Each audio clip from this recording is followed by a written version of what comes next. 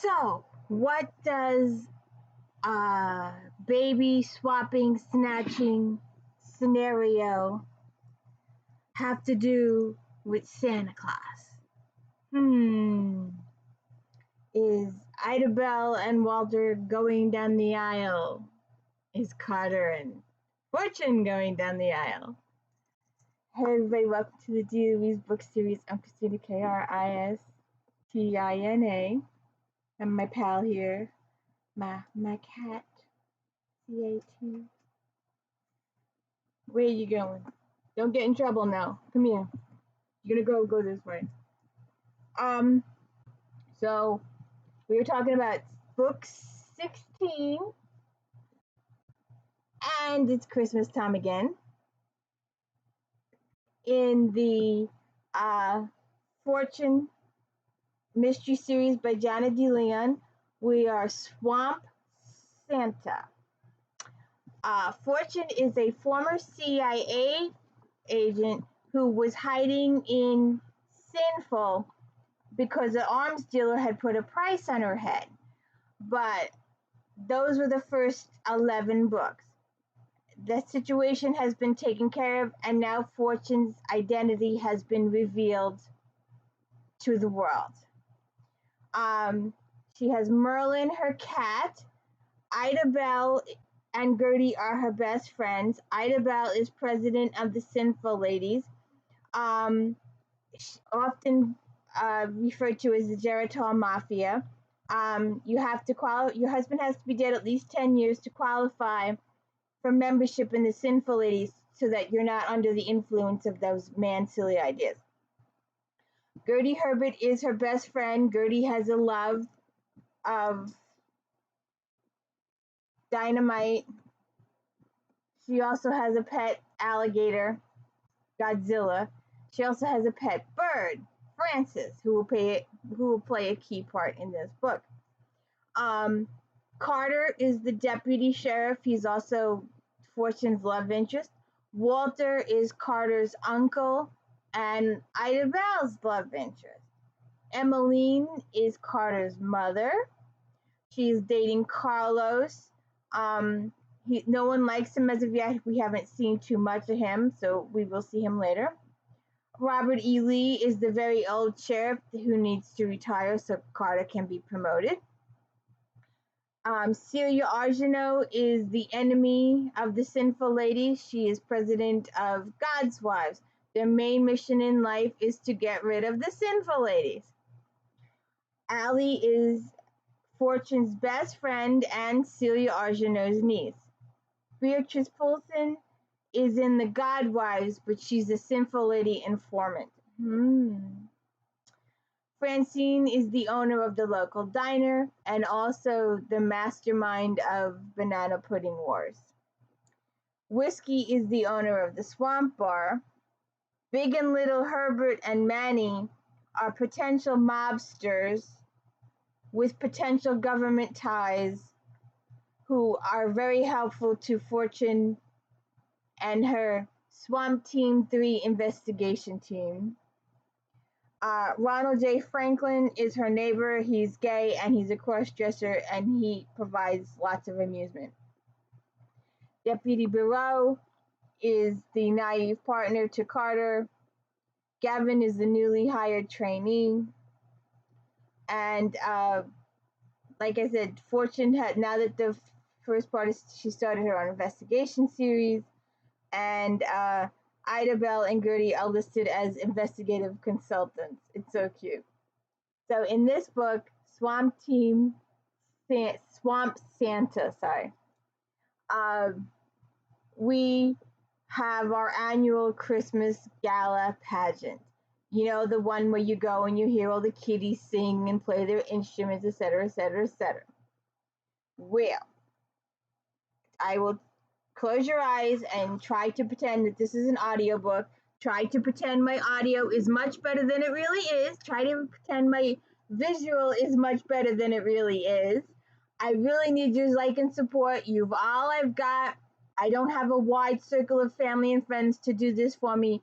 You are all I've got, and I'm depending on you to hit the like and subscribe button for me. Carter and I broke into polite applause along with the rest of the audience as a group of elementary school students ran off the stage. Oh, I forgot to mention Gertie's parrot talks. He was originally owned by nuns and mobsters. Okay, she got him at a police auction. He's a macaw, I believe. They just finished singing a melody of favorite children's Christmas tunes when with their accompanying string quartet, also made up of elementary school students who had just begun to learn how to play. I pulled the cotton out of my ears and smiled as Carter did the same. I'm glad you came prepared, I whispered. That quartet sounds like Cats in Heat. I think Cats in Heat are probably more in tune, he said, and smiled.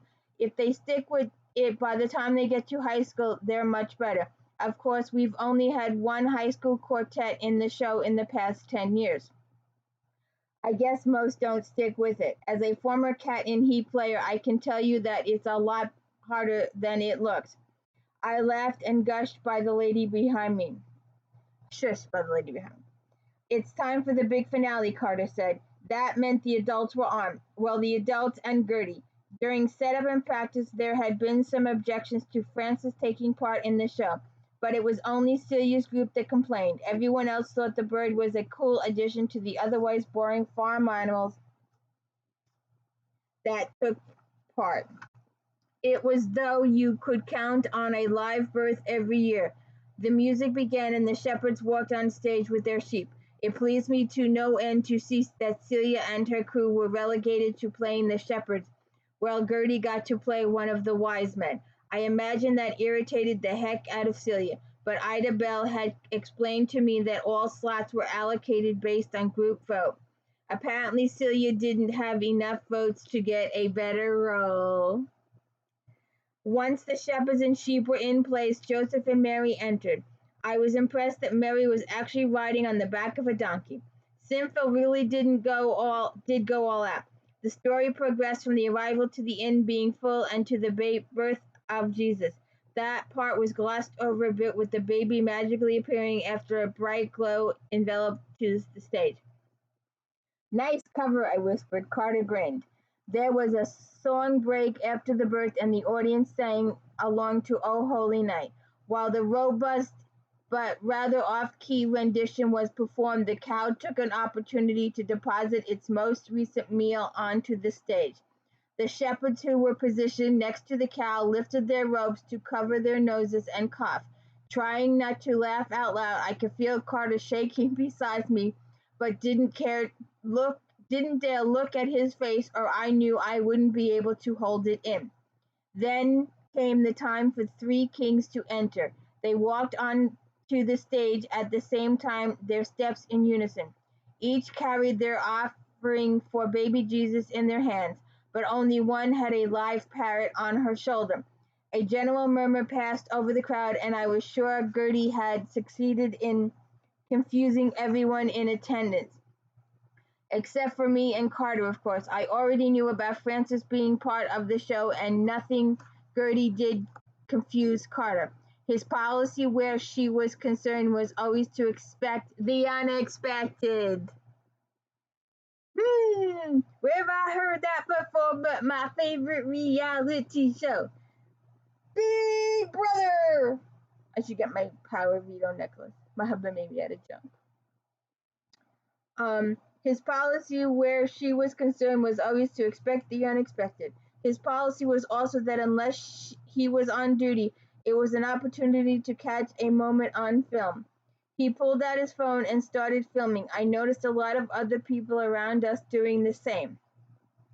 The first king stepped forward and started his lines about his offering of gold. Melt the gold, Frances said. Trade it for the guns. The audience chuckled, and one man called out, Got that right. Gertie popped a grape into the bird's mouth. That kept him quiet long enough for the second wise man to present his gift. But when Gertie stepped forward, Frances had finished the grape and was ready to chat. You're smoking hot, Frances said, looking at Mary. The chuckles turned to outright laughter, and I didn't even bother with the cough cover any longer. Everyone who hadn't pulled out their cell phones before had it out now. Pastor Don, who was the official director of sorts, waved the edge of the curtain, probably jesting for Gertie to get on with her lines. Gertie knelt down in front of the major and held out her offering. I present I present to the Lord Jesus frankincense. Frank Sinatra is dreamy, Francis said. Frank Moretti will do the hit. Joseph reached out to take the gift, and I could see his whole body was shaking as he did it. Mary had lifted baby Jesus up until he was almost covering her face. Will you shut that bird up, Celia said. He's ruining everything. Why don't you shut up, Celia, a woman shouted. Celia Arsenault is the Antichrist, Francis said. The entire auditorium erupted, no longer making any effort to contain themselves. The noise startled Francis, and he took off from Gertie's shoulder, but his leg leash only allowed him to fly as far as the goat. He landed on the goat's head and started bleeding out away in a manger. The startled goat bleated and jumped on top of the hay bale that the cow was currently munching on. The cow was not impressed with the goat or the singing bird and kicked one of the supports holding up the stable, which sent the entire thing toppling onto Mary and Joseph. Mary involuntarily flung baby Jesus, who thank God was a prop, and hit the donkey right between the eyes. The donkey spun around and took off, dragging the shepherd who'd been charged with holding him. The sheep assumed that the donkey was running for a reason and took off after him, knocking the shepherds down as they scrambled, and sending Celia face first into the cow poop. Some of the audience scrambled onto the stage to lift the barn off Mary and Joseph.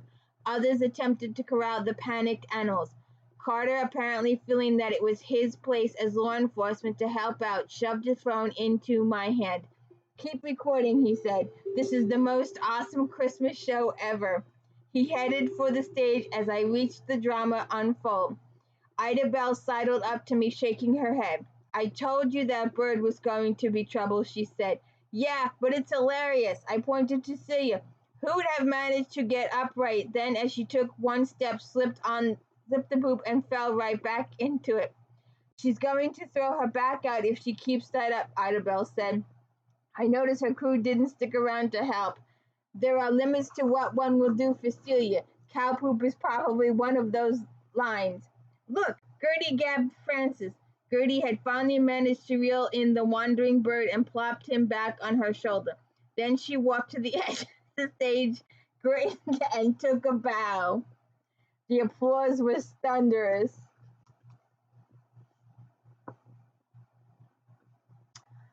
Then they all go for munchies and the buffet and the take your picture with Santa time.